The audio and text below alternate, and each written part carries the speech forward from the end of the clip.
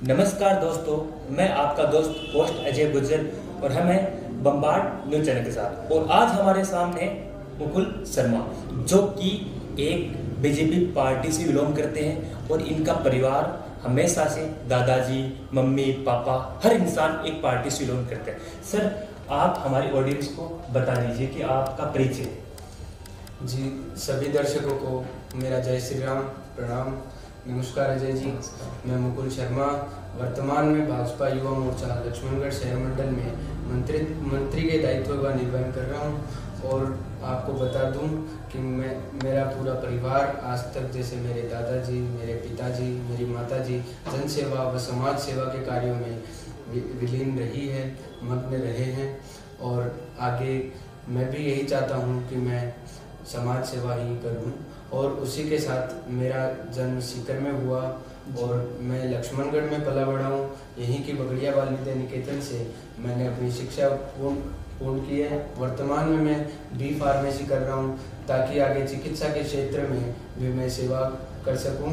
और वर्तमान में मैं जो आप एक राजनीतिक पार्टी से भी ऐड हो, प्लस आप उस लाइन में जाना चाहते हो। पहले तो आपका टारगेट ये राजनीतिक आगे बढ़ने का या फिर?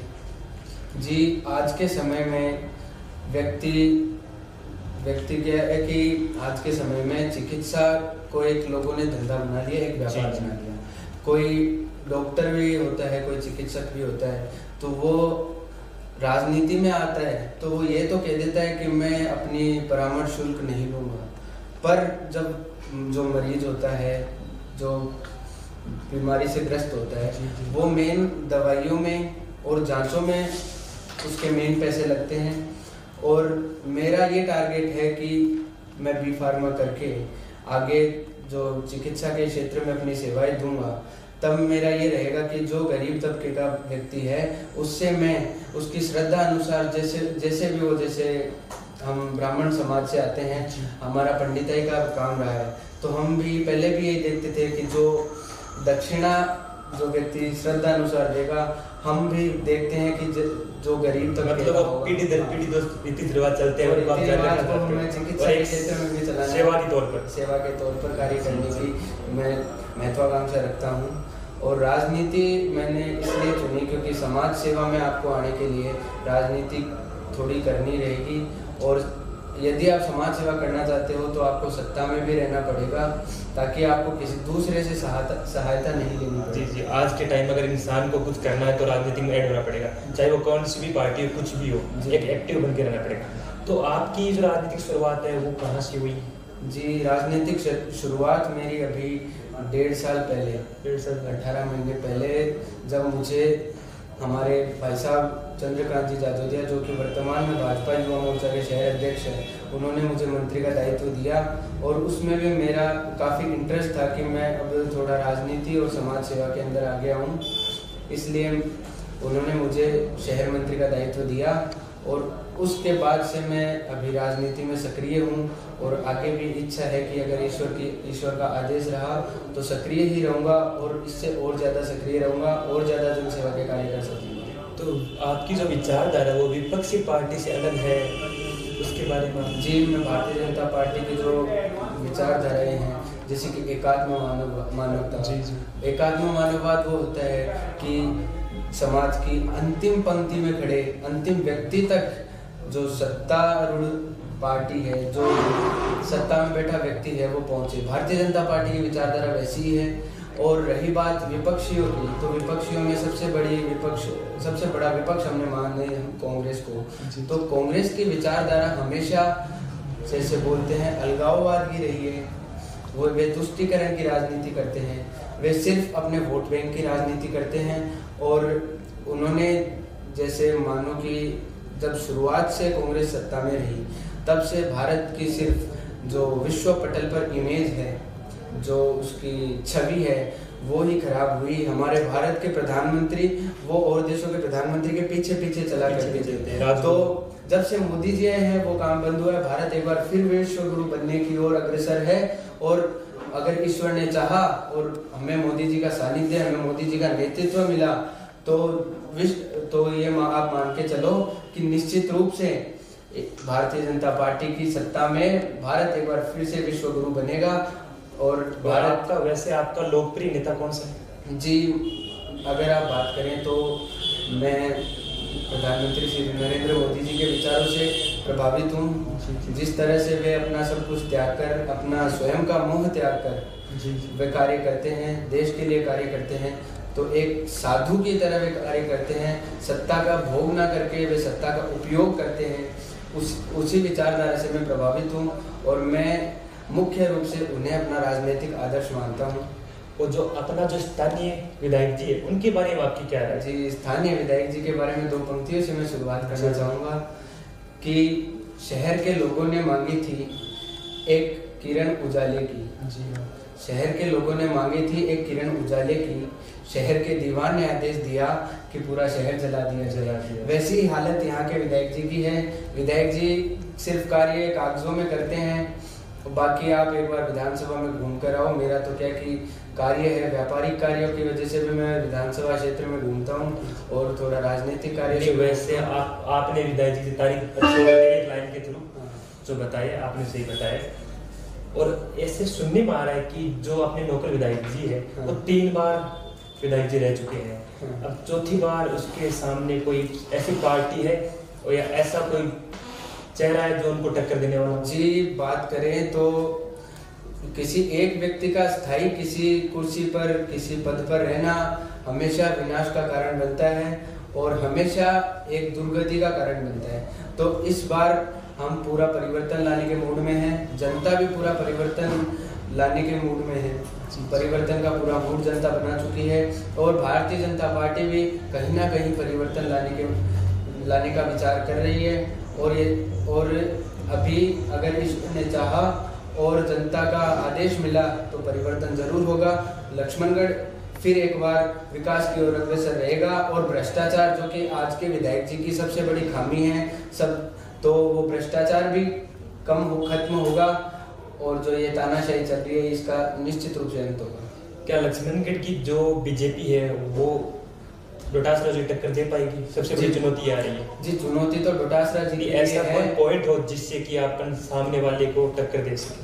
जी, चुनौती तो डोटासरा जी के लिए है कि भारतीय जनता पार्टी इतनी मजबूती से इस बार चुनाव में जाएगी और चुनौती उनके लिए है कि मैं अपनी कुर्सी कैसे बचाऊं। उनके काले कारनामों से जनता वाकिफ है और जनता इस बार उन्हें अपने घर भेजने के मूड में है। उन्होंने जो ये नेचर पार्क वगैरह बनाए हैं तो उनमें वो अपने लिए कुर्सी परमानेंट बनवा लें और वहाँ जाकर बैठा करें, तो उन्हें पता रहेगा कि जनता के साथ छलावा करने, युवाओं के साथ छलावा करेंगे तो उनका क्या हासिल होगा। नहीं, वैसे डोटासरा जी ने काम भी बहुत किया है, सुनने में आ रहा है कि ऐसा कोई गाँव नहीं जहाँ रोड नहीं बनी है, शहर में भी काफी काम किया है। जी, तो जी, रोड नालियाँ ये तो आप अगर सरपंच भी रहोगे तो भी बनानी पड़ेगी, वार्ड पार्षद रहोगे तब भी बनानी पड़ेगी।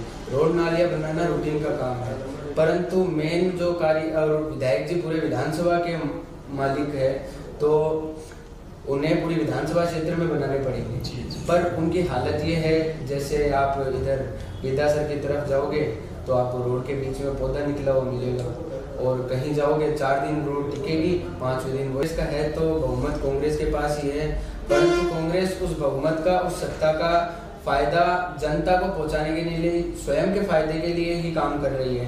कांग्रेस की जो सरकार की हालत में बताऊं, कांग्रेस महिलाओं से उत्पीड़न में सबसे 1 नंबर पे है पूरे देश में, और जो युवाओं के साथ छलावा किया है वो भी कांग्रेस सरकार ने किया है। रीट में जो घोटाले किए हैं, एसआई परीक्षा में जो घोटाले किए हैं, और जो अपने निजी लोगों को, अपने समधियों को, अपने बच्चों को जो उन्होंने पद दिए हैं, जिन प्रशासनिक सेवाओं में उनके नंबर आए हैं, तो कांग्रेस सबसे भ्रष्ट, आज तक की सबसे भ्रष्ट सरकार है।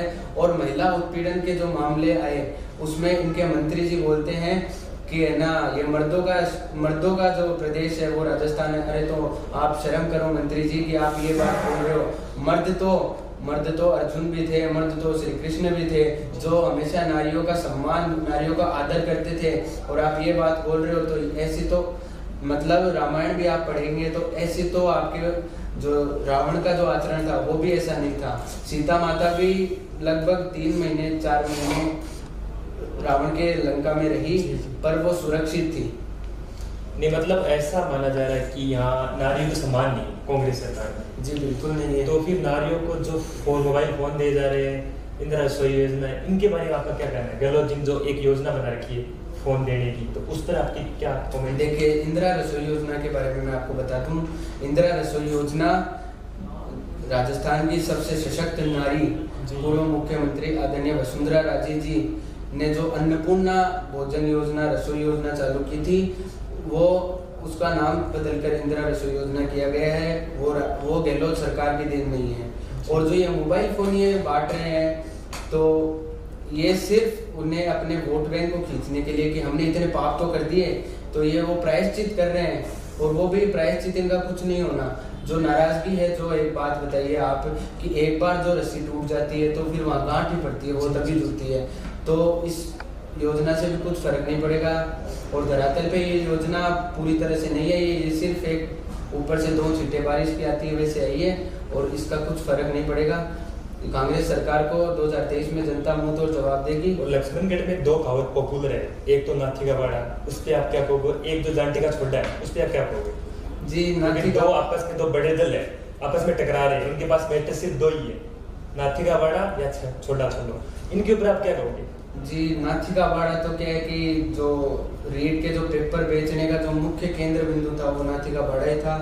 और ये डोटासरा जी आजकल काफी देसी भाषा में लक्ष्मणगढ़ है, वो लक्ष्मणगढ़ नाम से इतना प्रसिद्ध नहीं जितना कि नाथी के बड़े नाम से प्रसिद्ध है। ये तो डोटासरा जी की देन है कि उन्होंने लक्ष्मणगढ़ का नाम इतना खराब किया है, वरना लक्ष्मणगढ़ वो स्थान है जहाँ से भारतीय वॉलीबॉल टीम के कैप्टन भी निकले हैं, जहाँ से वीर सैनिक भी निकले हैं, जहाँ से वीर शहीद शिशुपाल सिंह जी बगड़िया जैसे शहीद भी हैं। तो लक्ष्मणगढ़ एक गौरवान्वित शहर रहा है, गौरवान्वित विधानसभा रही है।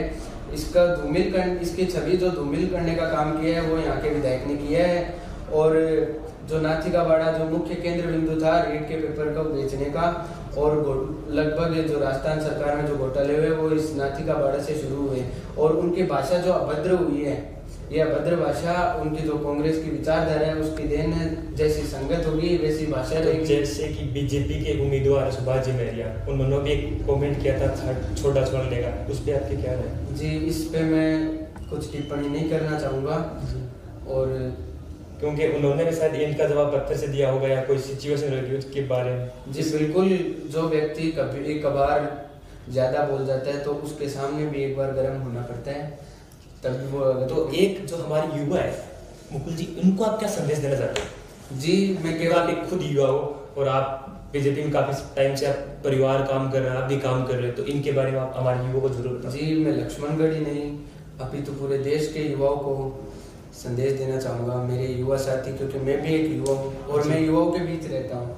तो मुझे यूँ लगता है कि जो आजकल युवा गलत प्रचलन में चलते हैं, सबसे मुख्य जो उनकी लत है वो नशे की है।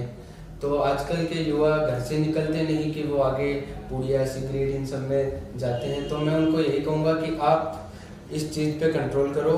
यदि आपसे कुछ कंट्रोल करने के साधन संसाधन नहीं मिल रहे तो आप आध्यात्मिक रूप से सीधा ईश्वर से जुड़ जाओ। आप अगर ईश्वर से जुड़ोगे, आप सोशल मीडिया का टाइम है, ईश्वर से तो वो जुड़ेगा नहीं। जी, सोशल मीडिया पे मैं बहुत एक्टिव रहता हूँ, क्योंकि आजकल के जो युवा है वो ईश्वर को 5 मिनट नहीं देते हैं, सोशल मीडिया को 5-5 घंटे दे देते हैं। जी, आपकी बात का जवाब देना चाहूँगा और मैं ये कहना चाहूँगा कि सोशल मीडिया पे मैं 16-16 घंटे एक्टिव रहता हूँ। हाँ, मैं एक्टिव रहता हूँ, परंतु सुबह 6:30 बजे नहा धोकर 7:30 बजे तक मेरा पूजन का समय रहता है। मैं आध्यात्मिक रूप से ईश्वर से जुड़ा रहता हूँ और मैं गुरु भी नहीं मानता हूँ। मैं जब 1 घंटे बालाजी महाराज के पास बैठता हूँ, उनके चित्र के समक्ष बैठता हूँ, शिवलिंग के समक्ष बैठता हूँ, उससे मेरे अंदर जो सकारात्मक ऊर्जा का संचार होता है, उसी से मैं मेरे दिनचर्या के कार्य किया करता हूँ और उसी से मैं समाज सेवा के कार्य किया करता हूँ। जी जी, देखो ईश्वर सर्वव्यापी है, हमें ईश्वर का सम्मान भी करना चाहिए, उनका आदर सम्मान। मुकुल जी, आप राजनीतिक कैरियर में अपना गुरु किसको मानते हो? जी, राजनीतिक कैरियर चाहे आध्यात्मिक रूप से मैं अपने जीवन का गुरु हनुमान जी महाराज को और भगवान शिव को मानता हूँ। मैं उनके पास जब घंटे भर बैठता हूँ तो मुझे सकारात्मक ऊर्जा मिलती है, उसी से मैं अपने राजनीतिक कार्य और जो मेरे दिनचर्या के कार्य वो किया करता हूँ। और आज के समय में मैं काफ़ी लोगों के पास बैठा, काफ़ी लोगों से कुछ सीखा। राजनीति में मुख्य रूप से मैंने अपने पिताजी से राजनीति करना सीखा है कि कैसे राजनीति में स्वच्छता से, ईमानदारी से भी अपने आप को आगे बढ़ाया जा सकता है। जैसे कि उनसे मैंने ये सीखा कि हर एक व्यक्ति से जुड़ाव, और जो आजकल के नेताओं में जैसे एक युवा नेता बनता है तो उसके पहले रहता है कि अपने कुर्ते में सलवट ना पड़े, अपन ऐसे टिकटॉक एकदम लगे। तो मैंने अपने पिताजी से सीखा है कि दिखावे की राजनीति छोड़कर आप सिर्फ जो अपने पास है उसमें राजनीति करो। क्यों? क्योंकि आप अगर दिखावा करोगे तो आपको मेहनत करनी पड़ेगी। मुकुल जी, हमने ये भी सुना है कि आपकी जो मम्मी है वो भी विधानसभा चुनाव लड़ने के बारे में इरादा बना रखा है या बनाएंगे, उसके बारे में आपका क्या ख्याल है? जी बिल्कुल, यदि संगठन हमारी माताजी को आदेश देगा, चुनावी रण में भेजेगा तो निश्चित रूप से हम चुनाव लड़ेंगे।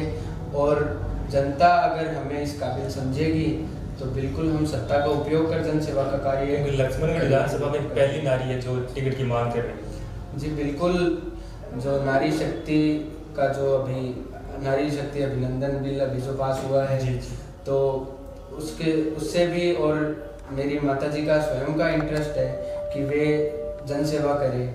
और यदि अगर पार्टी उन्हें काबिल मानती है, लक्ष्मणगढ़ की जनता उन्हें काबिल मानती है इस चीज़ के, तो वे निश्चित रूप से चुनावी रण में आएगी। और यदि जनता ने आदेश दिया तो वे सत्ता में रहकर जनता के कार्यों को बखूबी करेगी। अगर बाय द वे अगर आपको टिकट मिल गई तो फिर आप बीजेपी को चेंजमेंट करोगे या फिर कोई ऐसा मुद्दा जो हर इंसान का एक मुद्दा होता है, जीत का कारण मुद्दा ही होता है, तो आपके पास तो ऐसा मुद्दा हो? जी, मुख्य मुद्दा तो भ्रष्टाचार का है। लक्ष्मणगढ़ में जिस तरह भ्रष्टाचार हो रहा है, उसके अलावा जो नारी सशक्तिकरण की योजनाएं हैं वह हमारा मुख्य मुद्दा रहेगा। क्योंकि लक्ष्मणगढ़ में 48% महिला वोटर्स है और महिला भी पुरुषों के बराबर एक रेशियो में है। और उसकी एवज में महिलाओं को जो कुछ अधिकार नहीं मिल पाते, तो वो काफी बड़ा मुद्दा यहाँ पे है। वैसे घर पर भी अपन वोट देने जाए तो पहले महिला को पूछते किसको वोट देंगे, वरना शाम को खाना नहीं, ऐसा भी होता है। जी बिल्कुल, नारियों को उनका हक, उनकी जो बात है वो रखने का उनके पास ताकत होनी चाहिए कि वे अपना वोट दे, किसी को पूछ कर ना दे। अगर वो अपने पति को भी पूछ कर देती है तो अगर उनकी स्वयं की इच्छा है, बाकी अगर ये हक नहीं है उनके पति का भी कि वे उन पर दबाव डाले कि तू फलाने को वोट दे। मुकुल जी, आपके साथ हमने बातचीत की, बहुत अच्छा लगा। और आपने जो युवाओं के लिए एक में लाइन बताई वो भी बहुत अच्छी है। और डोटासरा जी के लिए तो आपने इतनी तारीफ कर दी कि हम बयान नहीं कर सकते। दोस्तों, मुकेश जी से बात करके हमें बहुत अच्छा लगा। और आपकी क्या राय है? इन्होंने जो शब्द बताए कि हमें ये चेंजमेंट करना चाहिए या फिर पार्टी को लेके ये करना चाहिए, तो गाइस आपकी राय भी आप कमेंट बॉक्स में अवश्य लिख दीजिए। और इसी के साथ हम विदा लेते हैं, मिलेंगे एक नेक्स्ट वीडियो के साथ। राम राम।